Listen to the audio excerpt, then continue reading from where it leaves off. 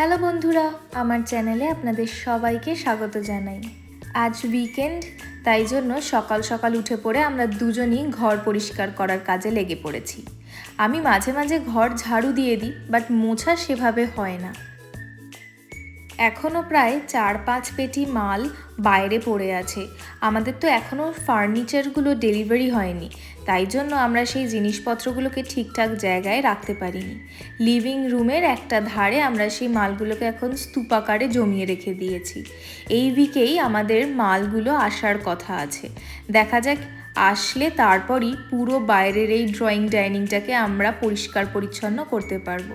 কিন্তু যেটুকু জায়গা ফাঁকা রয়েছে সেই জায়গাটুকুকে একটু পরিষ্কার রাখলে বেশ ভালোই লাগে।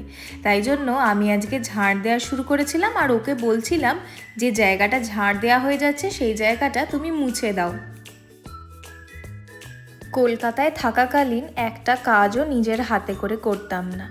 ইনফ্যাক্ট জলও অনেক সময় আমার মা এসে আমার হাতে ধরিয়ে দিত।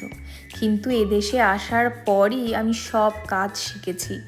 ঘর পোছা, বাসন মাজা, কাপড় কাচাটাই একমাত্র বাকি রয়ে গেছে, কারণ ওখানে ওয়াশিং মেশিনেই সব কাপড় কাচা হয়। তাছাড়া বাকি সমস্ত কাজই আমি মোটামুটি শিখে ফেলেছি। তবে এই সব কাজ এত জলদি শেখার পিছনে আমার বরের বড় হাত রয়েছে। ও আমাকে সব সময় সমস্ত কাজে যেমন সাহায্য করে, সেরকম উৎসাহিত করে। আমাকে সব সময় পাশে দাঁড়িয়ে থেকে সব কিছু হাতে করে শিখিয়েছে, কারণ আমি তো কিচ্ছুই জানতাম না। ও আমার থেকে অ্যাটলিস্ট অনেকটা বেশি বাড়ির কাজকর্ম জানতো, কারণ ও অনেক দিন ধরেই বিদেশে একা ছিল। তাই জন্য ও আমাকে অনেক ভালোভাবে সব শেখাতে পেরেছে।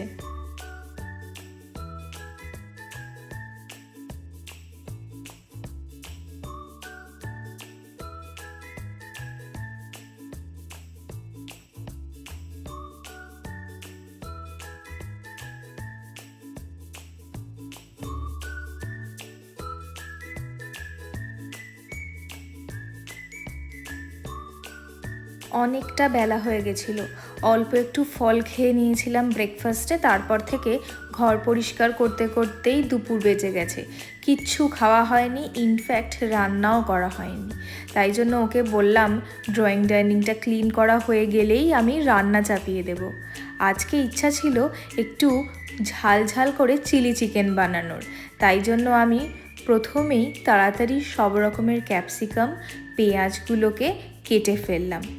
চিকেনটাকে গরম জলে ভিজিয়ে রেখেছিলাম যাতে নরম হয়ে যায়।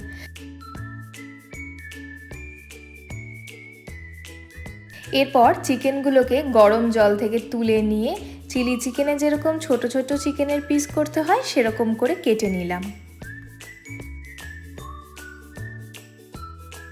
চিকেনটাকে আদা রসুনের পেস্ট, হলুদ গুঁড়ো, লঙ্কার গুঁড়ো, গোলমরিচ গুঁড়ো আর তার সাথে একটু কর্নস্টার্চ আর অল্প ময়দা দিয়ে মেখে কিছুক্ষণ রেখে দিলাম।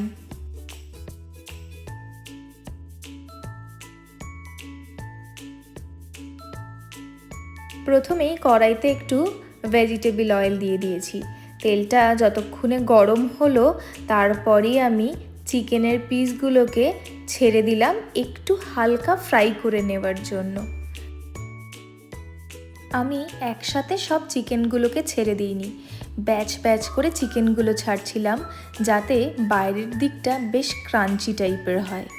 আর এদিকে বানিয়ে নিলাম সসের পেস্টটা, যেখানে অল্প কর্নফ্লাওয়ার আর তার সাথে বিভিন্ন রকমের সসের মিক্সচার দিয়ে এই চিলি চিকেনের পেস্টটা করে নিলাম। কড়াইতে দিয়ে দিয়েছি বিভিন্ন রকমের ক্যাপসিকাম আর তার সাথে পেঁয়াজগুলোকে। অল্প আদা রসুন এখানে দিয়ে ভালো করে নাড়িয়ে চাড়িয়ে কষিয়ে নেব কিছুক্ষণ এই জিনিসগুলোকে। বেশ কিছুক্ষণ কষিয়ে নেবার পর আমি দিয়ে দিলাম সসের মিক্সচারটা। টমেটো সস আর চিলি সসটা একটু কম দেওয়াতে আমি লাস্টে আর একটু অ্যাড করে দিলাম রান্নায়।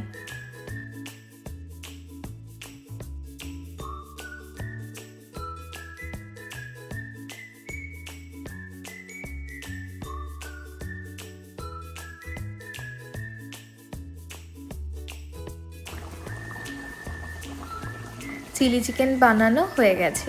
বরকে বললাম এবার চটপট খাবার নিয়ে নাও। দুজনেরই বেশ ভালো রকম খিদে পেয়ে গেছে, অনেকটা বেলাও হয়ে গেছে, আর দেরি করা ঠিক হবে না। আজকে এটুকুই বন্ধুরা, আপনাদের সাথে দেখা হবে আমার আবার পরের ব্লগে। ততক্ষণ আপনারা সবাই ভালো থাকবেন, সুস্থ থাকবেন। Bye bye.